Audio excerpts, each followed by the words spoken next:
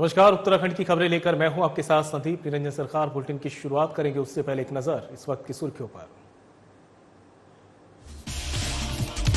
मुख्यमंत्री आवास में सीएम धामी की उच्च स्तरीय बैठक में सीएम धामी ने अधिकारियों को दिए सख्त निर्देश। कहा, धामों के शीतकालीन प्रवास स्थलों के लिए यात्रा करें शुरू। 168 पालना केंद्रों का हुआ उद्घाटन। सीएम धामी ने किया पालना केंद्रों का उद्घाटन। पंजीकृत निर्माण श्रमिकों के आश्रित शिशुओं के लिए बनाए गए हैं पालन केंद्र। मसूरी में धूमधाम से मनाई गई बूढ़ी दीपावली। पारंपरिक तरीके से मनाई जाती है बूढ़ी दीपावली। पारंपरिक वेशभूषा में लोग करते हैं नृत्य। मसूरी में जाम को लेकर परिवहन विभाग सख्त। अधिकारियों ने कई जगहों का किया निरीक्षण। संभावित पार्किंग स्थलों का जल्द होगा निर्माण। और ऋषिकेश में पत्र विक्रेताओं ने किया एसडीएम कार्यालय पर प्रदर्शन। हॉकर्स ज्वाइंट एक्शन कमेटी में सौंपा ज्ञापन। कई बिंदुओं पर सुविधाएं देने की उठाई मांग।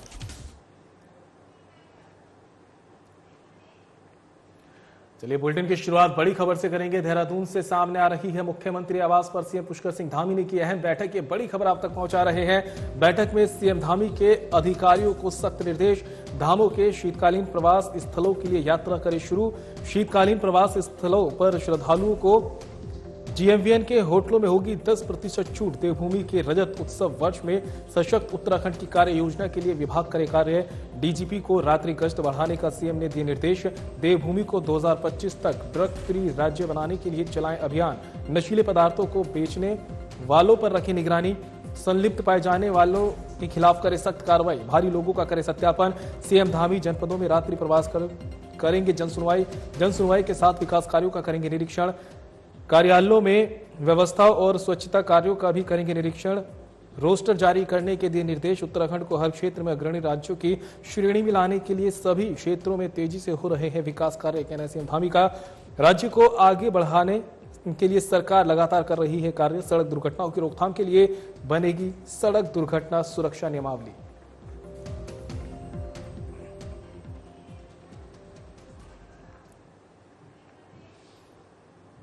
उत्तराखंड संस्कृत विश्वविद्यालय का 11वां दीक्षांत समारोह भव्य रूप से संपन्न हुआ। कार्यक्रम में मुख्य अतिथि के तौर पर राज्यपाल गुरमीत सिंह शामिल हुए हैं। राज्यपाल ने दीप प्रज्वलित कर कार्यक्रम का शुभारंभ किया। इस दौरान 3047 मेधावी छात्र छात्राओं को उपाधियां प्रदान की गई। राज्यपाल ने छात्रों को उज्जवल भविष्य की शुभकामनाएं दी और संस्कृत और शिक्षा के महत्व पर जोर दिया।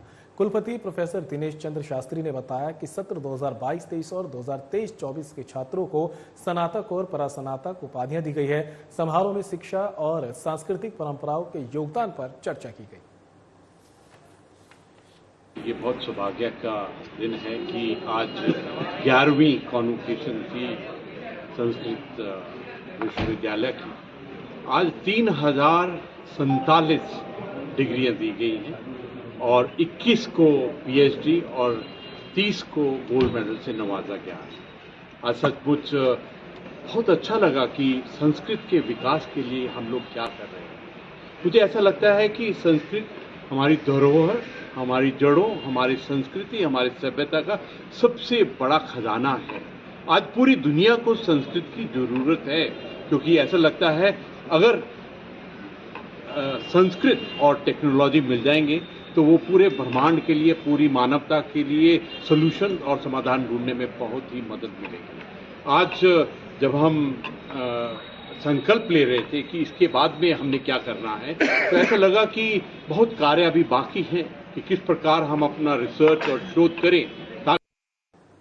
और देहरादून से इस बीच बड़ी खबर सामने आ रही है। सीएम पुष्कर सिंह धामी ने किया पालना केंद्रों का उद्घाटन। ये बड़ी खबर आप तक पहुंचा रहे हैं।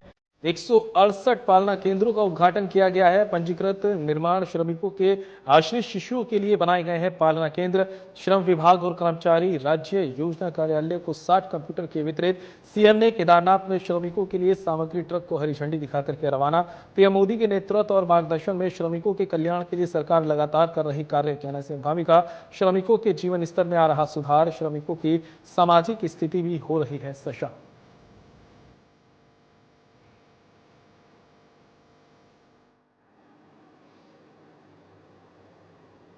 फिलहाल रुकेंगे ब्रेक के लिए, कहीं मत जाइएगा, जल्द होंगे हाजिर।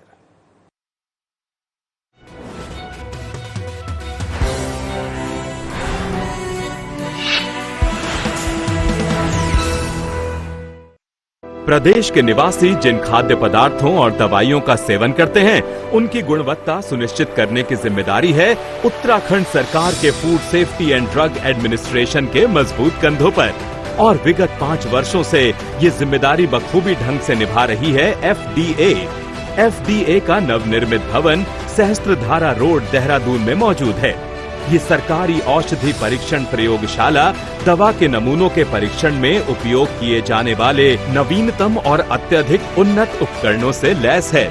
दवा के नमूनों में माइक्रोबियल टेस्ट के लिए नए दिशा निर्देशों के अनुरूप एक नवनिर्मित पूरी तरह सुसज्जित माइक्रोबायोलॉजी लेबोरेटरी भी स्थापित की गई है। इतना ही नहीं, खाद्य नमूनों में अवशिष्ट एंटीबायोटिक दवाओं, कीटनाशक और भारी धातुओं का पता लगाने के लिए GCMS, ICP-MS, LC-MS जैसे उच्च स्तरीय उपकरण भी state food and drug testing laboratory में लगाए गए हैं।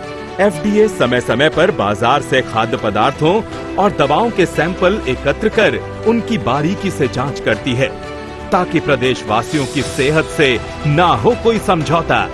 2022-23 में 460 सैंपल में से 80 सैंपल गुणवत्ता टेस्ट में फेल हुए। ड्रग्स कंट्रोल विंग ने नियम तोड़ने वालों पर कार्रवाई करते हुए TNC एक्ट के तहत 6 और NDPS एक्ट के तहत 8 मुकदमे दर्ज किए और 36 आरोपियों को गिरफ्तार किया। इसी तरह फूड सेफ्टी विंग ने वर्ष 2023-24 में 355 मुकदमे दर्ज किए, जिनमें से 345 मामलों के फैसले आ चुके हैं। इनमें से 332 मामलों में जुर्माने लगाए गए, जिनकी कुल राशि 1,04,23,000 है। FDA उत्तराखंड, आपके स्वास्थ्य के सच्चे प्रहरी।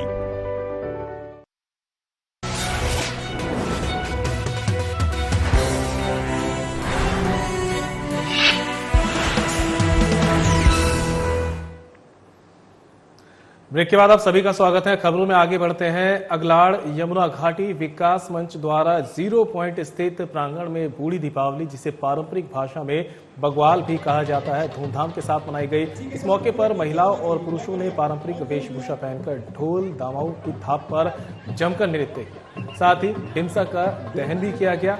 मान्यता है कि भगवान श्री रामचंद्र जब लंका विजय कर अयोध्या लौटे तो उसकी जानकारी पहाड़ों पर 1 माह बाद लगी, जिसके बाद पहाड़ों में दीपावली के 1 माह बाद बूढ़ी दीपावली यानी बग्वाल मनाई जाती है। जौनपुर, जौनसार, रवाई घाटी में इस पर्व को धूमधाम के साथ मनाया जाता है, जिसमें विभिन्न प्रकार के पकवान बनाए जाते हैं और पारंपरिक तरीके से पूजा अर्चना के बाद विधि विधान के साथ दीपावली का पर्व मनाया जाता है। इस अवसर पर समिति के अध्यक्ष शूरवीर सिंह रावत ने बताया कि प्रवासी ग्रामीणों के साथ मसूरी में बूढ़ी दीपावली का पर्व मनाया जाता है, जिसमें पारंपरिक तरीके से ग्रामीण वेशभूषा में लोग आते हैं और जमकर नृत्य किया जाता है और पकवान खिलाकर एक दूसरे को दीपावली की बधाई दी जाती है। इसी के साथ पूरा नृत्य होना चाहिए। बहुत बढ़िया। जब श्री रामचंद्र भगवान अयोध्या लौटे थे श्रीलंका विजय के बाद, उसके बाद जो है देश में इसको 1 माह पूर्व जो है दिवाली मनाई जाती है। ठीक 1 माह बाद हमारे यहाँ पहाड़ में जो है देर से खबर लगने के कारण इसको बूढ़ी दिवाली के रूप में मनाया जाता है, जिसको बग्वाल भी कहते हैं। तो वहीं पर्यटन नगरी मसूरी में लगने वाले जाम और खड़े वाहनों से छुटकारा पाने के लिए जिलाधिकारी के निर्देश के बाद नगर पालिका परिषद मसूरी, उत्तराखंड परिवहन निगम और लोक निर्माण विभाग के अधिकारियों ने शहर के विभिन्न स्थानों का निरीक्षण किया है। इस दौरान नगर पालिका परिषद के अधिशासी अधिकारी तनमीत सिंह मारवा ने बताया कि मसूरी के विभिन्न स्थानों का निरीक्षण कर पार्किंग स्थल चिन्हित किए गए हैं, जिसकी विस्तृत रिपोर्ट जिलाधिकारी को प्रेषित की जाएगी। वहीं संभावित पार्किंग स्थलों पर शीघ्र निर्माण कार्य शुरू किए जाएंगे। साथ ही नो पार्किंग जोन में खड़े 4 पहिया और 2 पहिया वाहनों पर पुलिस द्वारा चालानी कार्रवाई कर पार्किंग स्थानों पर लगाया जाएगा, ताकि पर्यटन सीजन में लगने वाले जाम से राहत मिल सके। जिलाधिकारी और प्रशासक महोदय के निर्देशों के क्रम में ARTO साहब हमारे तहसील से और नगर पालिका और PWD के द्वारा संयुक्त निरीक्षण किया गया, जिसमें कि विभिन्न स्थलों पर छोटी छोटी, इसको सैटेलाइट पार्किंग बोलेंगे, सड़क किनारे, उसको ढूंढने की कवायद थी है, जिसमें कि हम उनको कुछ पार्किंग को हम चयनित करेंगे, फिर उसको हम रेगुलराइज करेंगे उसके बाद फिर क्या होगा, जो कि जितने भी हमारे बेतरतीब तरीके से व्हीकल्स खड़े रहते हैं उनको फिर हम नो पार्किंग जोन प्रॉपर घोषित करके वहाँ से फिर उनकी चालानी कार्रवाई पुलिस के द्वारा करवा करके और जो वो रेगुलराइज पार्किंग होगी वहाँ पे खड़ा किया जाएगा। तो आज का जो निरीक्षण था वो ये था कि ऐसे 5-6 स्पॉट्स पार्किंग के ढूंढ लिए जाएं। और यहाँ रुकेंगे ब्रेक के लिए, कहीं मत जाइएगा, जल्द होंगे हासिल।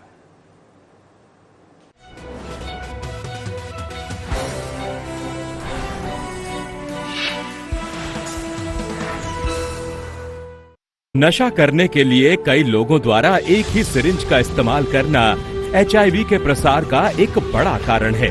प्रदेश में HIV और एड्स से डटकर मुकाबला करने और इसके प्रसार की रोकथाम हेतु बड़े स्तर पर कार्यक्रम चला रही है उत्तराखंड सरकार।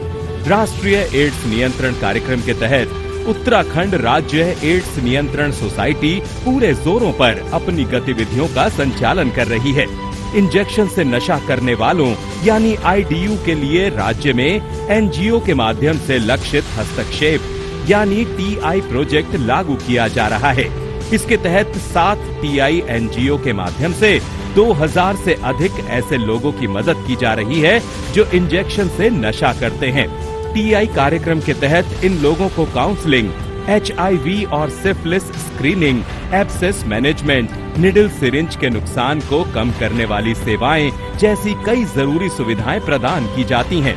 नशीली दवाओं की लत के शिकार लोगों के परिजनों से मिलकर भी उन्हें मोटिवेशनल सपोर्ट दिया जाता है।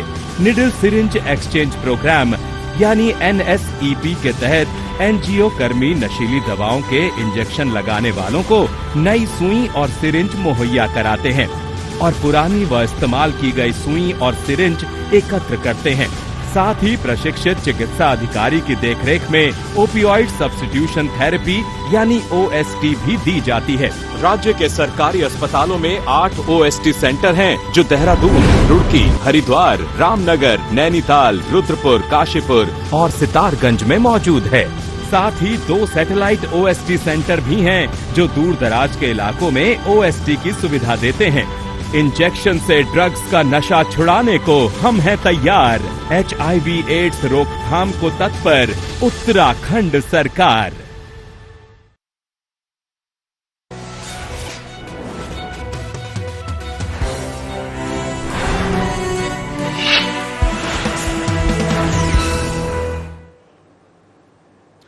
और ब्रेक के बाद आप सभी का स्वागत है। बड़ी खबर का रुख कर लेते हैं। विकास नगर से आ रही है, एक्शन मोड में नजर आ रहे हैं DM सविन बंसल। स्वास्थ्य सुविधाओं को परखने के लिए खुद ग्राउंड जीरो पर पहुंचे हैं DM सविन बंसल। DM ने उप जिला चिकित्सालय विकास नगर का किया औचक निरीक्षण।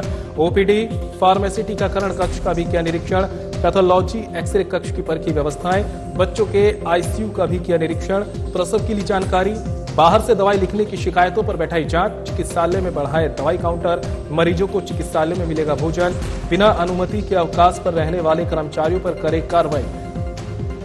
SNCU के प्रभावी संचालन के लिए मानव श्रम बढ़ाने की दी अनुमति। खराब सफाई व्यवस्था पर DM ने लगाई फटकार। सफाई व्यवस्था दुरुस्त करने के दिए निर्देश। मरीजों से दुर्व्यवहार और लापरवाही बर्दाश्त नहीं होगी। साफ ये कहना है DM सविन बंसल का, लापरवाही करने वालों पर होगी कड़ी कार्रवाई।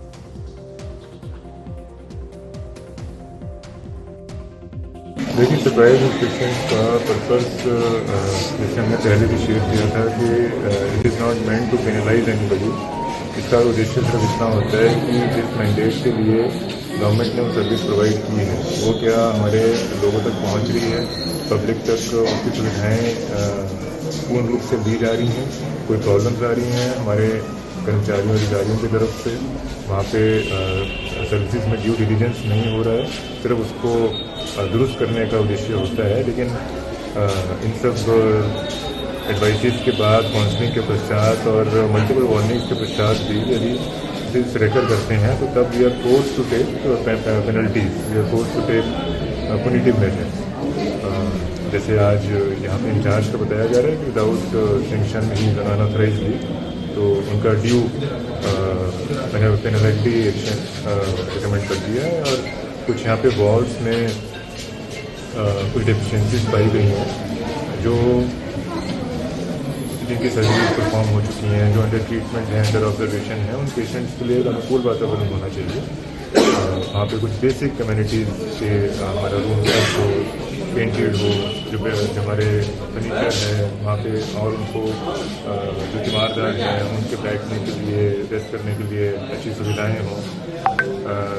जल्दी यहाँ पे अगले महीने से पेशेंट को खाना भी मिलना शुरू हो जाएगा, जो अभी तक नहीं मिल रहा था उसके लिए निर्देशित कर दिया गया। This was also not right on the part of hospital authority कि हम आईपीडी पेशेंट्स को तीनों समय का खाना नहीं दे रहे हैं, तो ये अगले महीने से यहाँ पे चालू हो जाएगा।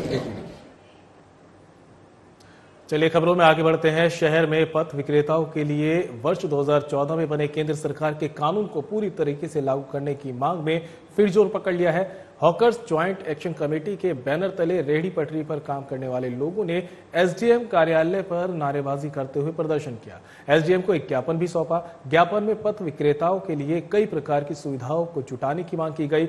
हॉकर ज्वाइंट एक्शन कमेटी के स्टेट कोऑर्डिनेटर शैलेंद्र गुप्ता ने बताया कि शहर में वेंडिंग जोन बनाकर पथ विक्रेताओं को स्थायी ठिकाना देने की मांग एसडीएम से की गई है। इसके अलावा साल 2014 में पथ विक्रेताओं के लिए बनाए गए कानून को पूर्ण तरीके से लागू करने के साथ उनकी सुरक्षा के लिए नीति बनाने की मांग की गई। शैलेंद्र गुप्ता ने बताया कि इसके अलावा कई और मांगे भी उन्होंने एसडीएम के सामने रखी हैं। इन मांगों को लेकर पहले भी कई बार ज्ञापन दिया जा चुका है, लेकिन एक्शन नहीं हुआ। इसलिए अब निर्णय लिया गया है कि मांग पूरी नहीं होने पर आंदोलन भी किया जाएगा।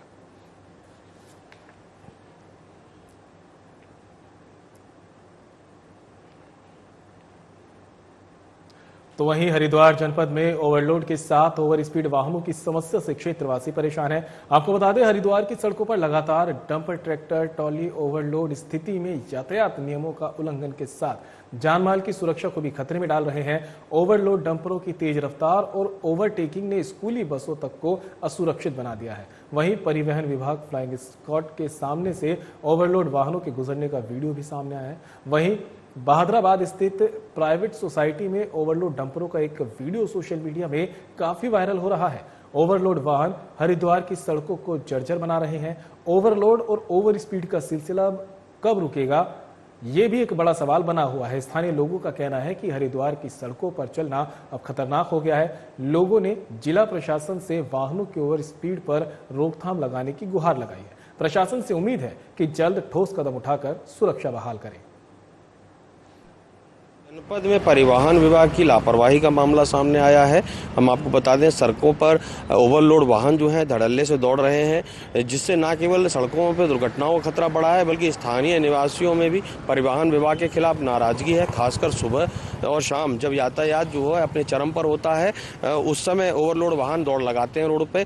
आपको बता दें, यहाँ तक कि स्कूली बच्चों की जो बसें हैं, इनको भी ओवरलोड वाहनों द्वारा ओवरटेक करते हुए हाई स्पीड में देखा जा रहा है। सबसे बड़ी चिंता यह है कि ग्राउंड जीरो से जो तस्वीरें सामने आ रही हैं, उसमें साफ साफ देखा जा सकता है कि आरटीओ चेकिंग स्क्वाड के सामने से ही ओवरलोड वाहन जो है वो गुजरते दिख रहे हैं। स्थानीय लोगों का कहना है कि शासन प्रशासन इस मामले पर तुरंत कार्रवाई करे। आपको बता दें, जो परिवहन विभाग है, परिवहन विभाग की जो एआरटीओ है रश्मि पंत, उनका कहना है कि मामले पर उचित कार्रवाई हो रही है और लगातार शिकायत मिलने पर ऐसे वाहनों के खिलाफ चालानी कार्रवाई की जा रही है। प्रदीप सिंह यादव की रिपोर्ट, साधना न्यूज। तो वहीं ऋषिकेश में रफ्तार का कहर थमता हुआ नजर नहीं आ रहा है। आज भी तेज रफ्तार बाइक और स्कूटी की जोरदार टक्कर पंजाब सिंह क्षेत्र स्कूल के निकट हुई है। घटना में बाइक और स्कूटी सवार 3 युवकों को गंभीर चोटें आई हैं। सभी घायलों को सरकारी अस्पताल पहुंचाया गया, जहां 2 युवकों को गंभीर हालत की वजह से हायर सेंटर रेफर कर दिया गया है। कोतवाल राजेंद्र सिंह खोलिया ने बताया कि बाइक और स्कूटी के आपस में टकराने की सूचना पर पुलिस को घटनास्थल पर भेजा गया, जहां पुलिस ने लोगों से पूछताछ कर घटना के बारे में जानकारी जुटाई। पता चला कि स्कूटी और बाइक की टक्कर में शिवाजी नगर निवासी मोहित, शीशम झाड़ी निवासी विशाल और गंगानगर निवासी अमन गंभीर रूप से घायल हुए हैं। इन तीनों को सरकारी अस्पताल ले जाया गया है। अस्पताल से डॉक्टर ने मोहित और विशाल को गंभीर हालत होने की वजह से हायर सेंटर रेफर कर दिया। घटना क्यों और कैसे हुई, पुलिस ने इसकी जांच शुरू कर दी है। स्थानीय लोगों के मुताबिक तेज रफ्तार की वजह से घटना होनी बताई जा रही है। पुलिस ने बाइक और स्कूटी को कब्जे में ले लिया है।